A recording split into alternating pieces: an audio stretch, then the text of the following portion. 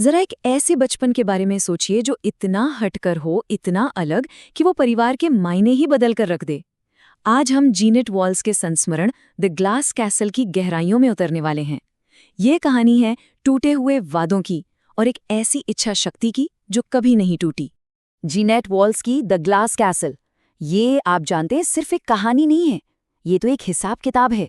यादों के साथ, परिवार के साथ, उन कहानियों के साथ जो हमें विरासत में मिलती हैं और उन सच्चाइयों के साथ जो हम खुद अपने लिए बनाते हैं। बहुत ही साफ सुथरे शब्दों में लिखा गया ये संस्मरण बचपन के दो बिल्कुल अलग, एकदम जमीन आसमान वाले छोरों को दिखाता है। जहाँ एक तरफ भूख और हैरानी है तो दूसरी तरफ लापरवाही और बेइंतहा प्यार।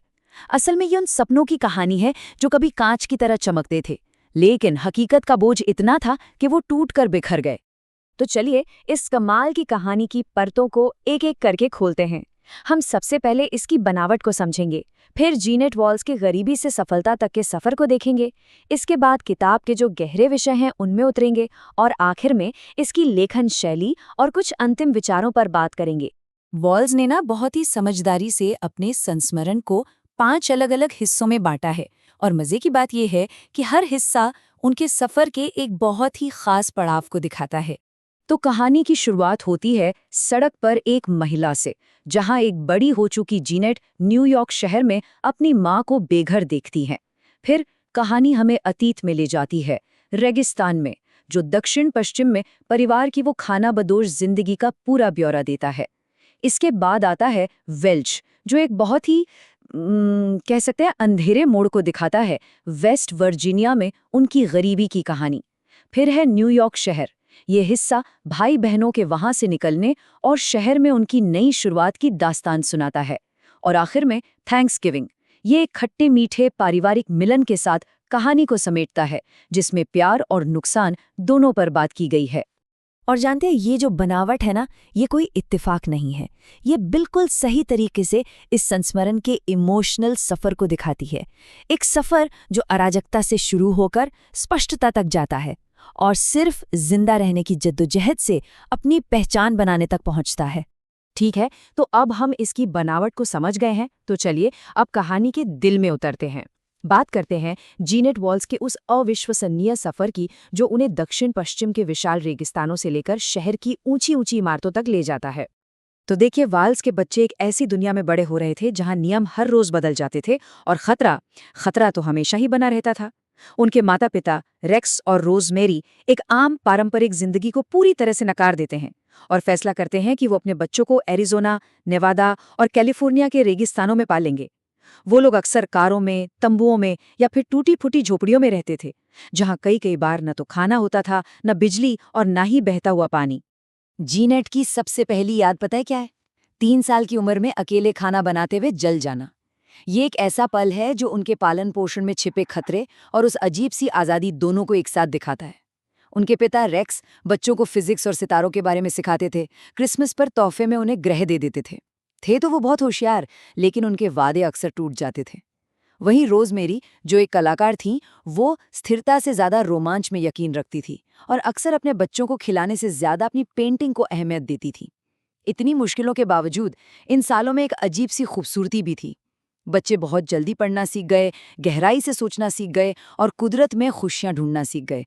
लेकिन रिश्तों में दरारें तभी से पड़ने लगी थी। फिर जब परिवार रेक्स के होम टाउन वेल्च चला जाता है तो उनकी जिंदगी का वो सारा रोमांच भयंकर गरीबी में बदल जाता है। उनका घर एक सड़ती हुई इमारत थी जिसमें ना तो नल का पानी था और ना ही हीटर। बच्चों को स्कूल में तंग किया जाता था और उन्हें भूख और इमोशनल नेग्लेक्ट दोनों का सामना करना पड़ता था। वहां की सर्दियां बहुत ही क्रूर थीं। बच्चे कोट के ढेर के नीचे सोते थे, वे खाने के लिए कचरे में ढूंढते थे। रेक्स की शराब की लत और भी ज्यादा बिगड़ गई। वो दिनों दिनों तक गायब रहता था, अपने ही बच्चों से चोरी करता था और बहुत ही ज्यादा अस्थिर हो चुका था। इसी बीच रोजमेरी को $10 लाख की जमीन विरासत में मिलती है, लेकिन वो उसे बेचने से साफ इनकार कर देती हैं, ये कहकर के भौतिक चीजें उनके लिए मायने नहीं रखती। सच कहूं तो ये हिस्सा संस्मरण का सबसे दर्दनाक मोड़ है। और फिर भी आप देखिए, इसी निराशा के बीच वॉल्स के बच्चे एक अलग जिंदगी की कल्पना करना शुरू कर देते हैं। वो पैसे बचाने लगते हैं, भागने की योजना बनाते हैं और न्यूयॉर्क शहर के सपने देखने लगते हैं। और फिर एक एक करके वॉल्स के बच्चे न्यूयॉर्क भाग जाते हैं। वो नौकरियां ढूंढते हैं, कॉलेज जाते हैं और एक ऐसी जिंदगी बनाते हैं जिसमें स्थिरता है, एक मकसद है। जीनेट एक पत्रकार बन जाती हैं और आगे चलकर न्यूयॉर्क मैगजीन और MSNBC जैसी जगहों के लिए लिखती हैं। लेकिन उनका अतीत उनका पीछा नहीं छोड़ता। रेक्स और रोजमेरी भी शहर आ जाते हैं और एक सेटल्ड लाइफ जीने के बजाय बेघर रहना चुनते हैं। ऐसे में जीनेट खुद को शर्म और वफादारी के बीच फंसा हुआ पाती हैं। एक तरफ उनकी अपनी बनाई हुई जिंदगी थी और दूसरी तरफ वो परिवार जिसे वो पीछे छोड़ आई थी।